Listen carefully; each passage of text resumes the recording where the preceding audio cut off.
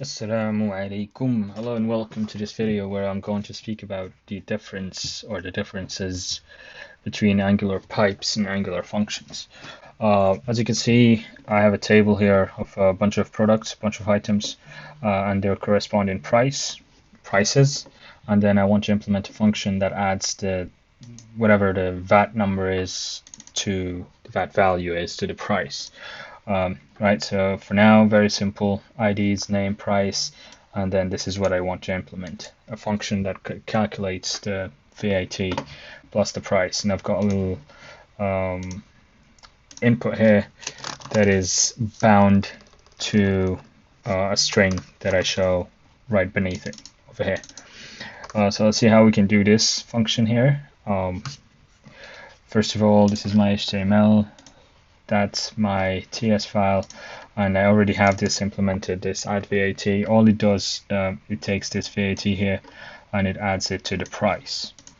Right, so let's comment this out and let's uncomment this, and there you go. So now we have a very simple function, add VAT. It takes the price and it goes here and it prints this statement over here and then returns the price plus the VAT. I've got the VAT here at 2 terms.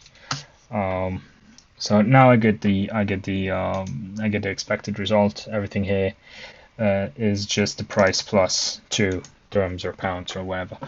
Now the interesting bit is, let's inspect this. As you can see, I have a console log statement for every time. Sorry, I love semicolons. For every time this function is executed, I print a statement here, adding VAT function. As you can already see, I've got 8 products, right? I've got 8 products, and I've already had this function execute about 8 plus 8 plus 8 plus 8. That's somewhere around 32 times. Why would we execute a function 32 times? We only have 8 products. This is because if you put a function within the interpolation brackets over here, it executes every time there is a change in the DOM, every time something changes in the component, whether or not it is related to these prices, because take a look at the function. It only cares about the product price. So logically speaking, we should only execute this function if this price here changes. But that's not the case. Apparently it's changed. And watch this. Yeah, so every time you type anything whatsoever, this executes 8 times. For each and every one of these rows. So these are just 8 products, but in your real projects you get like hundreds and hundreds upon hundreds of items, right? So you don't want this kind of thing happening in your code because it slows down performance greatly. So let's talk about how we can make this better, and we can make this better with a functionality of Angular called pipes. To create a pipe, all we need, we could use the Angular CLI for that. Ng generate pipe, and I've got a shared folder, a shared module, and then we can just call it add VAT pipe, right? And then Angular will create this for us.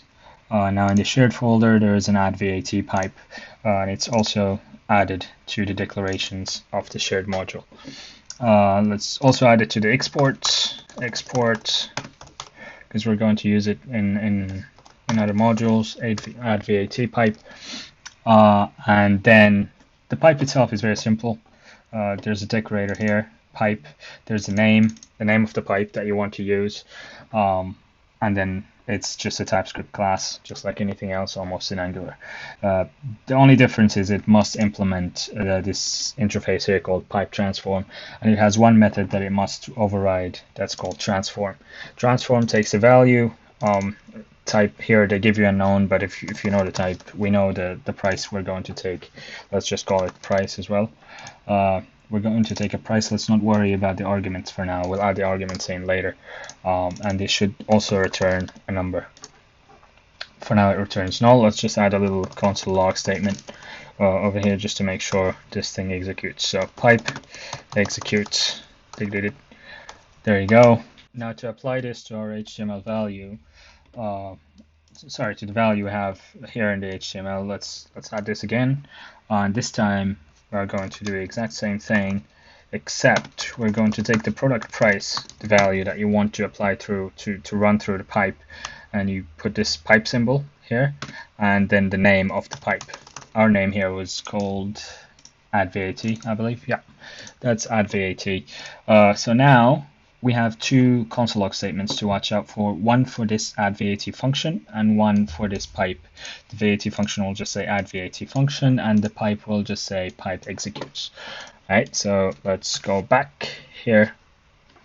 So, oh, sorry, I need to add something here that says plus VAT pipe value or whatever, just pipe. Yeah, and then let's put that again. Let's do that again, refresh the page. As you can see, this still executes 24 times, and a bunch of other times here, maybe 8 times here as well, so like 32. And the pipe 1, 2, 3, 4, 5, 6, 7, 8.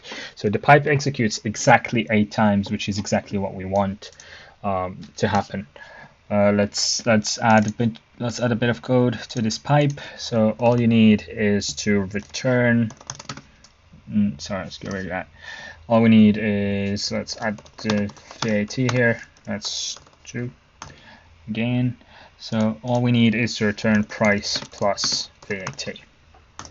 Right, that's it. Exactly the same functionality as the function over here.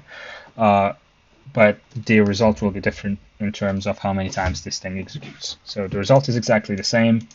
It returns the exact same thing, but now this executes 8 times as opposed to 32 times for the function. Now let's try type in something here. This is whatever. See, the function continues executing 8 times for each and every character you type in here, but the pipe is done. The pipe is halas. We executed it once for each item, and that's all we need to care about. The pipe is a pure function, what we call a pure function.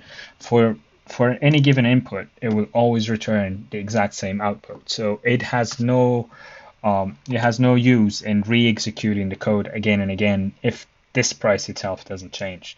If this changes, then we run the pipe again. But if this doesn't change, the input to the pipe itself doesn't change, then we don't need to run the pipe. And that is a difference. It may look small here in this very small project, but in a big project, obviously with a big set of data, that may make a big difference, especially for low end devices. That's it. I think we can talk about one more thing. One more thing is, well, first of all, let's amend our data a little bit. Let's give 3 items the same price. So the Asia and this, let's give this, sorry, let's give that the same price as the first one, and let's give, this is ID, not product ID. Let's give Isabel the same price as well. Now we have 3 items with the exact same price. Remember what I said about this being a pure function, this transform function being a pure function. So for any given input, it will output the exact same thing. So if there's a way for this function to know exactly whether or not we have run the number 599 through the pipe and cache it somewhere in memory, then it won't even need to run the calculation again. It can just go to the memory and fetch the output value for 599. This is exactly what this tool does. The tool is called the memo decorator, I think. So you can install it, npm install memo decorator. There you go. So you wait for it to install. It's just a decorator you use here with your transform function. It's called memo. That's all it is. Oh, sorry, not that. Just memo. And then let's see if we get any IntelliSense. We don't, so we need to guess. Import memo from, I think it was just called memo decorator. There we go. So now this memo decorator will do exactly the same thing I spoke about. If we run the value through the pipe before, then it will just reference it from memory. It won't run the calculations again. Now, depending on the kind of calculation you have there, this may save a ton of performance for you. So let's try that again. And let's see how many times this executes this time. So refresh. Now pipe executes 1, 2, 3, 4, 5, 6 times. So the pipe only executed 6 times as opposed to 8 from before. And this still executes about 32 times. The reason being is some of these values are redundant. So 599, we have 599 3 times. So it runs the first time, but then the other two, it just references them from memory. It has no reason to apply the calculations again, so it never actually runs the code to do the calculation and add the VAT. It still returns the exact same output, but this is not calculated on the fly. This is just referenced from something we cached from before.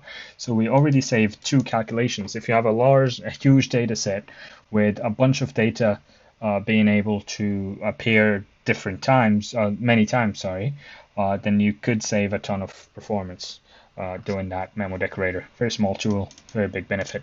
And that's it. That's the reason why I suggest using pipes over functions whenever you can, because functions are just a performance nightmare in terms of DOM manipulation. That's it. Assalamu alaikum.